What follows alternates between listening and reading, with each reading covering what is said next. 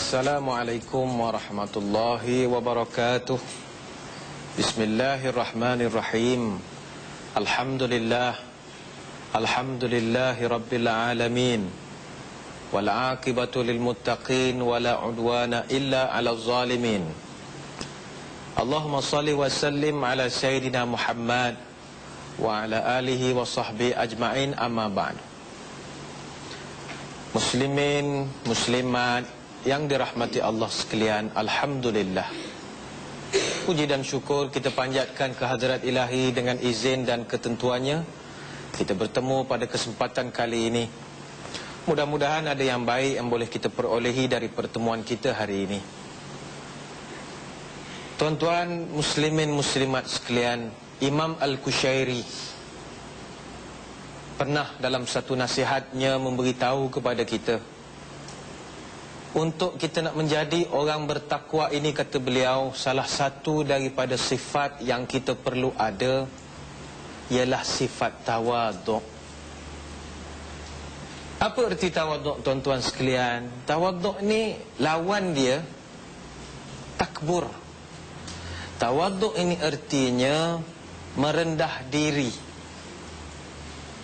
Hari ini Masya Allah kita lihat di sekeliling kita ramai di kalangan manusia ini, dia diberikan kelebihan oleh Allah macam-macam, tapi sayang dia lari daripada sifat tawaduk. Yang banyak berlaku ialah ramai orang sombong. Di sekeliling kita, tuan-tuan sekalian, kita melihat ada orang dia sombong dengan sebab kekayaan yang diberikan oleh Allah, lalu dia sombong. Ada orang yang kita lihat dia diberikan oleh Allah kedudukan dan pangkat yang lebih dari orang lain, lalu dia sombong. Ada orang kita lihat dia diberikan Allah rupa paras yang cantik, fizikal yang menarik, lalu dia sombong, menghina orang lain. Dan juga ada orang yang Allah Ta'ala beri dia kelebihan daripada sudut ilmu pun dia sombong, lalu menganggap semua orang yang tidak berilmu seperti dia adalah orang tidak pandai belaka. Tuan-tuan sekalian, masalah sombong ini adalah satu perkara yang dicela dalam agama kita. Sebab itulah kita kena faham bahawa segala kelebihan yang Allah Ta'ala bagi kepada kita ini hanyalah pinjaman. Rupa paras yang cantik, pinjaman, dia akan ada tempoh had dia, expired date dia ada. Sampai masa dia akan ditarik balik. Gelaran, pangkat, jawatan, pinjaman. Sampai masa tidak ada orang yang boleh kekal abadi dengan gelaran, dengan pangkat yang dia miliki. Harta yang diberikan oleh Allah, kelebihan daripada orang lain, pinjaman. Dan barang pinjaman ini, tuan-tuan, adat kita minjam macam mana? Katalah saya pinjam satu kereta orang kaya misalnya, kereta mewah. Dia kebetulan keluar negara, bagi saya pinjam. Ustaz, pakai kereta pakailah. Saya nak pergi 2 minggu overseas, saya pun pakai kereta mewah dia. Pusing Kuala Lumpur, horn sana, horn sini, buka tingkap lambai sana, oi, ni kereta besar, oi, kereta besar. Yang saya sombongkan kereta saya ataupun tidak? Tidak, kereta orang lain. Kebetulan nanti tuannya nanti balik semula ke tanah air, dia nak minta balik kereta dia, saya pun pulangkan dalam keadaan kereta kotor, bengkang-bengkok, rimnya sudah bengkok, cala masuk hutan sana sini. Apakah tuan kereta akan bagi tahu kepada saya? Ganti rugi. Bagi pinjam 2 minggu macam ini cara kamu menggunakannya. Samalah dengan harta, kecantikan, rupa paras, ilmu sekalipun, semuanya pinjam. Apa yang nak kita sombong dengan pinjaman? Justru itulah Imam Al-Qushairi bagi tahu sifat tawaduk ini perlu ada kepada setiap umat Islam. Tuan-tuan muslimin muslimat yang dirahmati Allah sekalian, adapun ciri untuk kita nak mengenal orang tawaduk ini bagaimana? Cirinya antara yang disebutkan oleh Imam Al-Ghazali ada 2. Orang tawaduk ni nombor 1 ialah dia suka memaafkan orang lain. Ini ciri dia yang pertama. Ciri orang sombong ini juga, kata Imam Al-Ghazali, hatinya lapang ataupun mudah memaafkan orang dan juga mudah memohon maaf daripada orang lain. Sebab itu tuan-tuan, nak jadi sombong ni bukannya susah sangat. Imam Al-Ghazali sebut juga sekali lagi, nak jadi sombong ni paling rendah martabat orang sombong ni apa kata dia? Asas nak jadi sombong ialah yuhibbuna an yazurun wala yuhibbuna an yuzarun. Basic ciri orang sombong kata beliau, dia suka orang datang ke rumah dia tapi dia payah nak pergi ke rumah orang. Ini ciri orang sombong kata Imam Ghazali. Kan ramai begitu ya. Wah, kalau orang datang rumah dia macam raja, kita layan. Dia layannya kita ni macam raja. Makan, kalau tak makan rumah dia putus saudara ni. Marah betul dia. Kadang bilik untuk tetamu aircon. Walaupun rumah yang sederhana, bilik tetamu aircon. Makan cukup apa semua, alhamdulillah. Tapi dia rakyat orang bagus, tapi nama dia nak pergi ke rumah orang, sorry, memang dia tak pergi. Orang datang rumah dia, dia layan. Tapi dia nak pergi ke rumah orang, ini masalah. Maka kata Imam Al-Ghazali, itu pun kalau tidak diawasi boleh menjadi bibit-bibit orang sombong, kata Imam Ghazali. Kemudian tentang persoalan yang disebutkan ciri tadi ialah suka memaafkan orang lain. Tuan-tuan muslimin muslimat sekalian, ingatlah bahawa orang sombong ini antara sifat-sifat dia ialah dia cukup payah memaafkan orang. Dalam permasalahan ini saya teringat apa yang pernah berlaku dalam satu peristiwa yang mana Nabi SAW satu hari sedang berada di atas mimbar, sedang berkhutbah, sedang bersedia untuk salat sunat hari raya Aidilfitri. Ya, ini merupakan satu kisah yang panjang berlaku di zaman Rasulullah tatkala para sahabat dan Nabi ingin menunaikan salat. Maka ketika itu bila mereka nak menunaikan salat, Nabi SAW naik. Tiba-tiba mereka dengar Nabi menyebut kalimat Amin, Amin, Amin 3 kali. Mereka bertanya, ya Rasulullah, kami dengar Tuhan berdoa, tapi kenapakah doanya tidak didengari? Kata Nabi tadi, Jibril datang berdoa dan saya aminkan. Yang pertama Jibril sebut, ya Allah, jangan kau terima segala amal ibadat yang dilakukan oleh anak-anak yang derhaka kepada ibu bapa mereka. Yang kedua, ya Allah, jangan kamu terimalah doa daripada orang-orang isteri-isteri yang derhaka, kata Nabi SAW. Kita sambung selepas ini.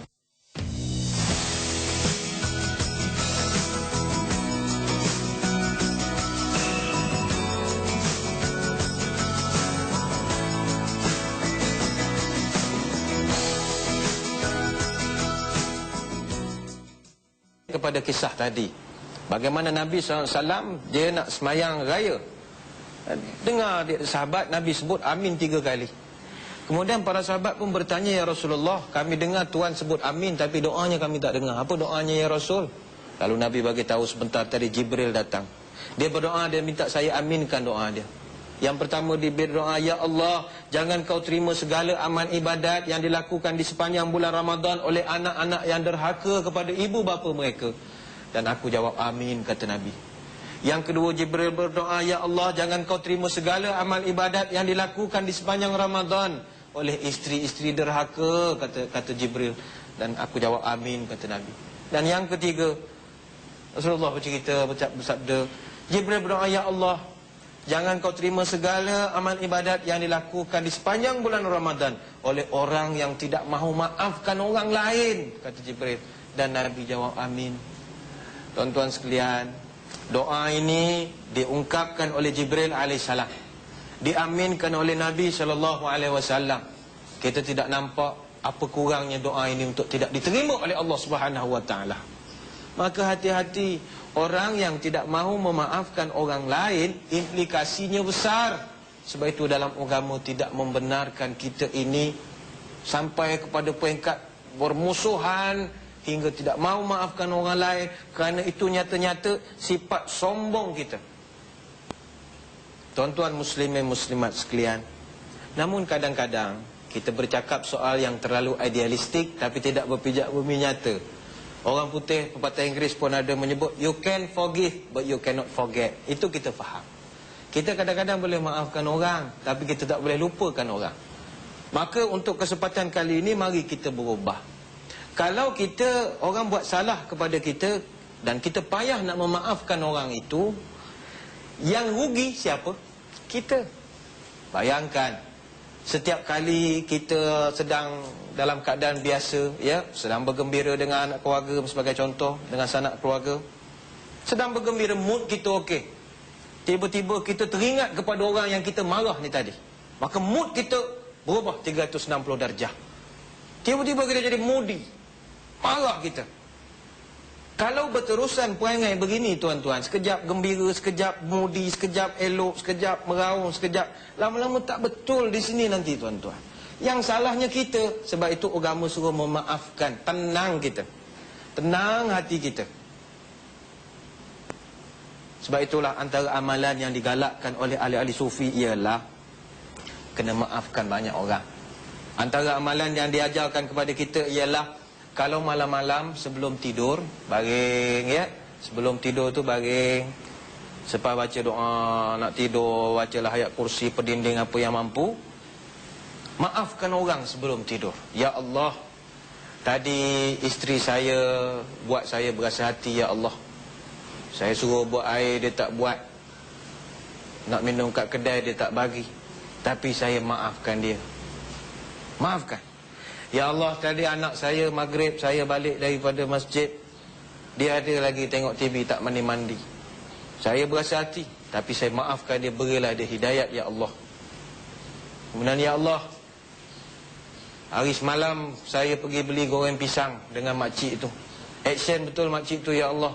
Dia baling-balingnya duit pada saya, sombong betul dia. Saya kecil hati, tapi saya maafkan dia, ya Allah. Berilah dia rezeki yang melimpah ruah lagi. Kemudian kita tidur.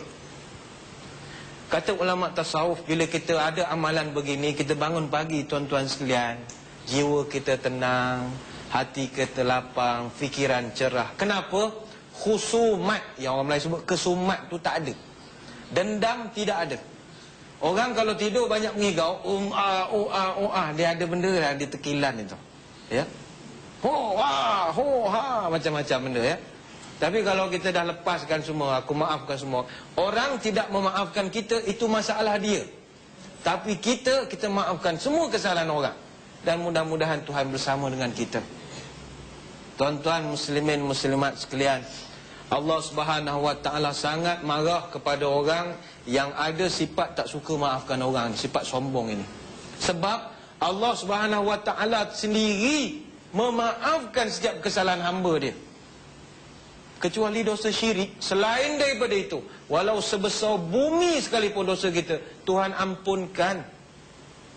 Dalam hadis-hadis qudsi kita baca bagaimana gaya bahasa Allah Ta'ala menceritakan betapa sayangnya kepada kita. Kalau hamba aku datang dalam keadaan merangkak, aku datang kepada dia berjalan. Kalau dia datang berjalan, aku datang berlari. Walaupun dosanya sebanyak bumi, pengampunan aku seluas langit dan bumi, kata Allah Ta'ala. Betapa Tuhan maafkan kita. Tapi ada manusia, orang buat salah dengan dia, dia tak nak maafkan orang itu. Sebab itu marahnya Allah Ta'ala kepada orang-orang yang ada sifat sombong daripada sudut tidak mau memaafkan orang lain. Muslimin muslimat sekalian, contoh teladan terbaik bagi kita tidak lain tidak bukan Nabi SAW. Nabi tuan-tuan, ini Nabi seorang manusia yang praktikal. Dari segi sejarah kehidupan baginda, Nabi pemimpin hebat. Sahabat Nabi ramai, berbelas ribu sahabat Nabi. Dan dalam masa yang sama, Nabi juga ada musuh. Nabi juga ada musuh. Namun sejarah mencatatkan bagaimana walaupun Nabi ini musuhnya ramai, tetapi tahap pemaafnya Nabi luar biasa. Masya Allah tuan-tuan, janganlah kita nak bincang bagaimana pemaafnya Nabi dengan para sahabat, itu semua orang tahu. Dengan musuh, Nabi mempunyai tahap sabar yang sangat luar biasa. Ada beberapa kisah yang berlaku di dalam sirah yang menunjukkan bagaimana Nabi SAW ini, dia dengan para musuh Dia hanya mengambil sikap kalau orang dia benci atau marah kepada orang itu hanya atas dasar agama semata-mata, bukan atas dasar peribadi. Inilah masalah yang berlaku di kalangan kita apabila kita bermusuh dengan orang tapi bukan atas masalah agama. Ada beberapa kisah yang menarik untuk kita kongsikan berkaitan dengan cerita Nabi ini. InsyaAllah kita akan sambung selepas daripada ini.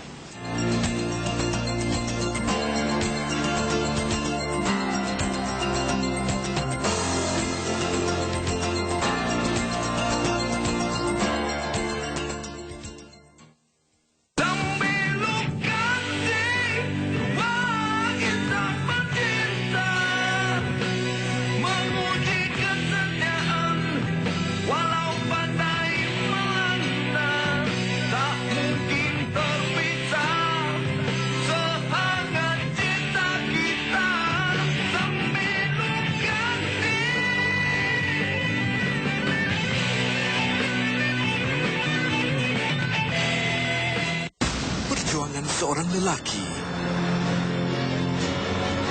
Dia benci atas sifat kebapak saudaraan ni, gengsi orang-orang panggil ya. Action dia tu, dia bukannya dia tak percaya. Sebab pernah berlaku dicadangkan supaya Nabi ini dilucutkan gelaran Al-Amin dia. Kan Nabi kita digelar ketika zaman mudanya Muhammad Al-Amin, Muhammad yang dipercayai. Lalu orang jahiliah ketika itu, orang Quraisy cuba untuk buat karakter assassination. Kita buang gelaran Al-Amin, kita panggil Muhammad Al-Kazzab. Siapa yang menentang cadangan ini? Abu Jahal. Saya tak setuju katanya. Jangan panggil Muhammad ni si penipu. Dia daripada kecil sampai sekarang tak pernah tipu punya orang. Dia tahu anak saudara dia betul, tapi dia tak nak percaya apa yang dibawa oleh Nabi anak saudara dia ni. Balik kepada cerita tadi, Abu Jahal ni tuan-tuan sekalian, satu hari dia memikir, apakah strategi untuk aku nak buat muslihat kepada Muhammad supaya dia terkena dengan aku hari ini. Dia hari-hari itu saja idea yang dia mencari ya. Kemudian dia dapat satu akal, dia nak pura-pura buat demam, sakit. Jadi sebelum tu di bilik tidur di rumah dia gali satu lubang, besar lubang tu. Maknanya kalau jatuh dalam memang tak boleh keluar. Kemudian dia pun bagi tahu kepada khadam dia. Khadam pergi rumah Muhammad, bagi tahu dia aku sakit. Suruh dia datang ziarah aku. Maka khadam pun pergi panggil Nabi. Abu Jahal pun baring atas katil, selimutkan badan dia, pura-pura demam lah katakan ya. Kemudian khadam pun sampai, ya Muhammad, labbaik kata Nabi.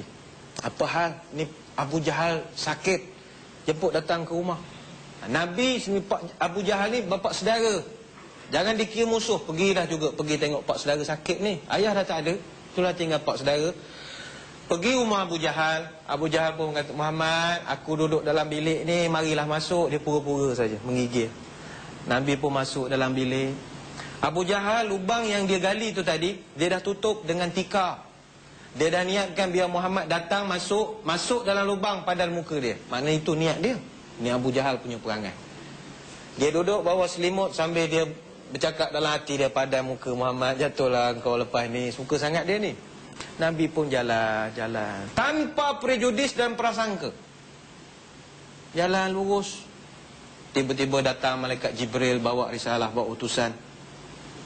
Ya Rasulullah, aku diperintah oleh Allah supaya beritahu kepada kamu, di depan itu ada lubang. Jibril tipu saja, Abu Jahal tipu saja. Oleh itu U-turn sekarang juga ya Rasulullah. Maka Nabi pun U-turn tuan-tuan balik, patah belakang balik. Bila Nabi pusing, Abu Jahal marah. Muhammad, cakap nak ziarah, aku ni sakit, mari sini. Oi, tinggal satu langkah lagi tuan-tuan. Hancur hati Abu Jahal, tak kecewa dia. Dia tak puas hati, dia buang selimut, dia lompat daripada katil nak kejar Nabi. Dia lupa lubang yang dia sendiri gali. Dia masuk dalam lubang yang dia sendiri gali. Masyhurlah dalam cerita sejarah bagaimana Abu Jahal masuk dalam lubang yang dia sendiri gali. Kan kita pernah dengar kisah tu. Masuk di dalam lubang itu. Bila sudah masuk tuan-tuan, dia tak boleh keluar. Lubang yang dia sendiri gali, dalam tak boleh keluar. Dia pun panggil khadam dia. Khadam, tolong, khadam, tolong. Khadam datang. Allah kesiannya tuan kita tadi demam ni, sekarang jatuh lubang, apa cerita, bawa tarik ramai-ramai. Nak tarik tak boleh tuan-tuan. Abu Jahal ni barangkali berat ke, badan dia besar barangkali, tarik tak boleh. Lalu apa kata Abu Jahal? Kamu semua takkan boleh bawa keluar. Begini, pergi ke rumah Muhammad, bagi tahu dia aku jatuh lubang. Khadam yang sama pergi rumah Nabi. Ya Muhammad, labbaik. Labbaik ni satu istilah ya, iaitu Nabi, ulama bagi tahu antara sifat dia yang sampai Allah Taala puji, akhlak Nabi ni akhlak yang terbaik sekali, sebab Nabi perangai dia daripada muda sampai wafat. Kalau orang panggil nama dia apa gelaran pun, ya Muhammad, ya Rasulullah, ya Habib Allah, tak kira apa saja, dia akan sahut dengan satu jawapan yang standard, iaitu labbaik, saya datang. Coming lah dalam bahasa orang bandar ni ya, coming. Yang kita gunakan labbaik Allahumma labbaik, kita gunakan umrah, masa umrah apa semua ya. Itu perangai Nabi. Kita kan berbeza-beza cara menjawab panggilan. Kalau orang yang kita kenal, kita baiklah ya. Ya saya, apa hal, apa semua. Bukan? Makin lama makin berbezalah. Orang yang kita tak biasa, kita lain sikit caranya. Labbaik, kata Nabi, apa hal? Ini pak saudara tuan jatuh lagi lubang pula dah. Sila selamatkan.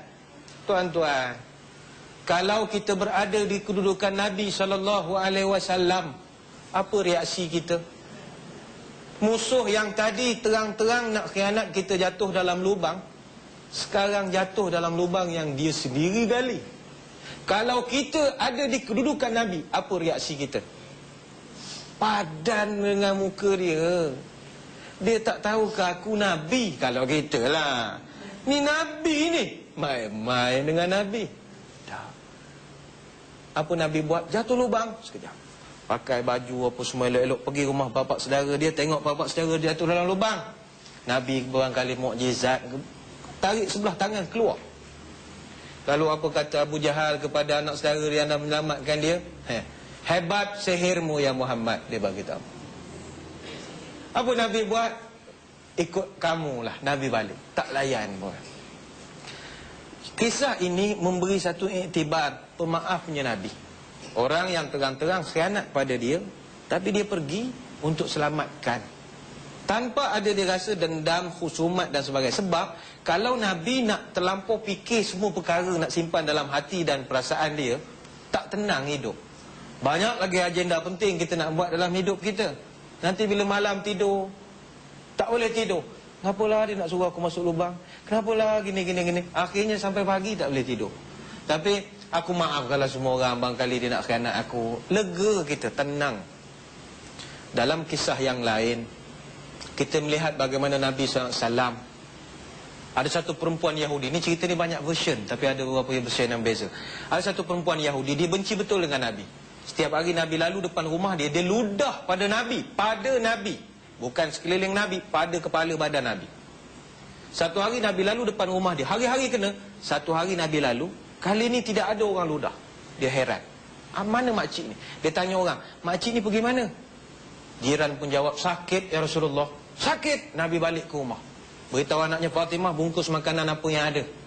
Letaklah makanan dalam tapuai bekas, wallahualam lah apa namanya.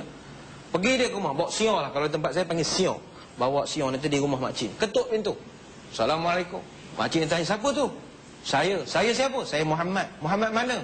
Muhammad Rasulullah, kata Nabi. Makcik Yahudi buka pintu, tengok Nabi, menangis dia. Ya Muhammad, kamulah, sejak aku sakit ni kamu orang pertama ziarah aku Muhammad. Pada setiap hari kamu lalu aku ludah kamu Muhammad. Mulianya hati kamu Muhammad. Mulai pada hari ini, asyhadu an la ilaha illallah wa annaka Muhammad Rasulullah. Mulai pada hari ini Muhammad aku masuk Islam. Nabi tak payah buat ceramah, Nabi tak payah buat forum, Nabi bawa siar saja Islam satu orang perempuan. Kerana sifat pemaaf. Sebab itulah Muslimin muslimat sekalian, marilah sama-sama kita tanam dalam diri dan jiwa kita sifat-sifat pemaaf. Kerana sifat pemaaf adalah sifat tawaduk yang diseru dalam agama kita. Sekadar itulah sembang-sembang